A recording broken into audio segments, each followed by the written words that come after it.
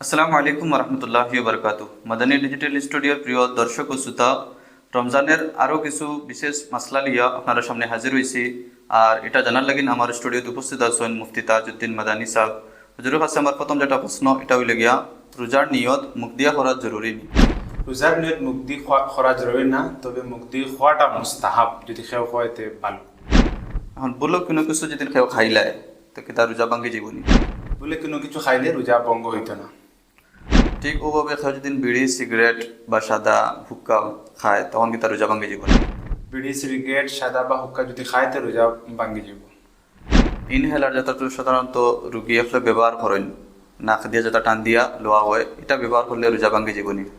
Inhaler দারুল ইফতা আহলে সুন্নতের ফতোয়া হইল গিয়া, ওটা যদি কেউ ইনহেলার ব্যবহার করে তার রোজা ভাঙ্গি যাব। এখন রোজার অবস্থায় কেউ যেদিন উজু করের আর উজু করতে গিয়া কুল্লি করতে সময় গড়গড়া এগু করা জরুরি নি না করতো না?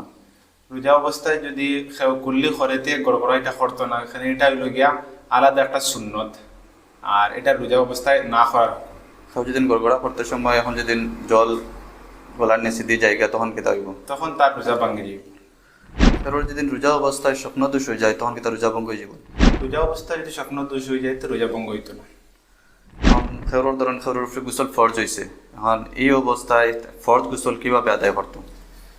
রোজা অবস্থায় যদি গোসল ফরজ হয়, তার লাগে জরুরি হলো গোসলের মধ্যে যতটা ফরজ আছে, যেমন পুরা শরীর দিয়ে দোয়া, এটা তো করতে লাগবো, আর কুল্লি করতে লাগবো, আর কিতা করতে লাগবো, নাকর মধ্যে পানি দিতে লাগবো। কুল্লি করতে সময় ওটা খাস আমরা খেয়াল করতাম, যে গড়গড়া যেটা করি এটা আমরা করতাম না, এটা হলো একটা আলাদা সুন্নত। আর যে সময় নাকর মধ্যে পানি দিব ওই সময় নরম জায়গা যেটা ওটার মধ্যে পানিটা ফুসেতাম, কিন্তু রোজা অবস্থায় এটা যে উপরে নিজে শ্বাস টানিয়ে নিতাম না, যে শ্বাস টানিয়ে নিতে হলে রোজা ভঙ্গ হইবে। ইফতারের দোয়া যেটা আমরা পড়া হয়, আল্লাহুম্মা সুমতু লাকা ওয়া তাওয়াক্কালতু আলা রিজকিকা আফতারতু, এটা কোন সময় পড়া? এটা হইল গিয়া সুন্নত, হইল গিয়া ইফতারের পরে পড়া, হুজুর সাল্লাল্লাহু আলাইহি সাল্লামের সুন্নত। আর যদি কেউ আগে পড়ে তো কোনো অসুবিধা নেই।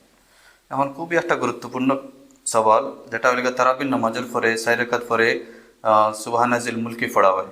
আর যেটার মাঝে একটা শব্দের মাঝে এটার মাঝে আওয়াম আর খাস এরাও বুলের মাঝে আছেন। একটা শব্দ আছে ওয়াল আজামাতি না আজমাতি, এটার মাঝে শুদ্ধ শব্দ কোনটা? শুদ্ধ শব্দ হইল গিয়া ওয়াল আজামাতি, আল আজমাতি যেটা ওটা ভুল শব্দ। সুবহানাজিল ইজ্জতি তারপরে ওয়াল আজামাতি, ওয়াল আজমাতি ওটা হয়তো শুদ্ধ।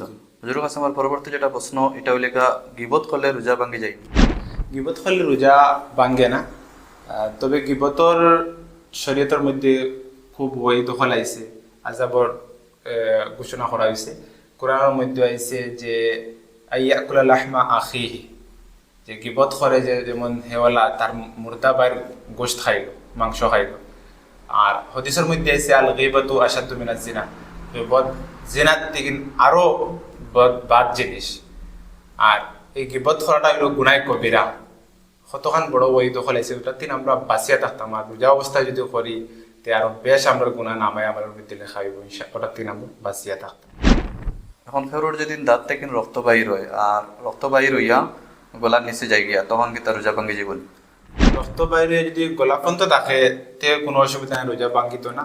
আর যদি গলার নিচে যায় গিয়া তাহলে রোজা ভঙ্গ হইবে। আলহামদুলিল্লাহ, আজকে আমরা মুফতি সাহেবের কাছ থেকে রোজার বিষয়ে অনেক গুরুত্বপূর্ণ কিছু জবাব হাসিল করলাম। এইভাবে আমরা পরবর্তী যেটা ভিডিও হইব রোজা বিষয় বা তারাবি বিষয় নিয়ে আমরা আলোচনা করব। আসসালামু আলাইকুম ওয়া রাহমাতুল্লাহি ওয়া বারাকাতুহু।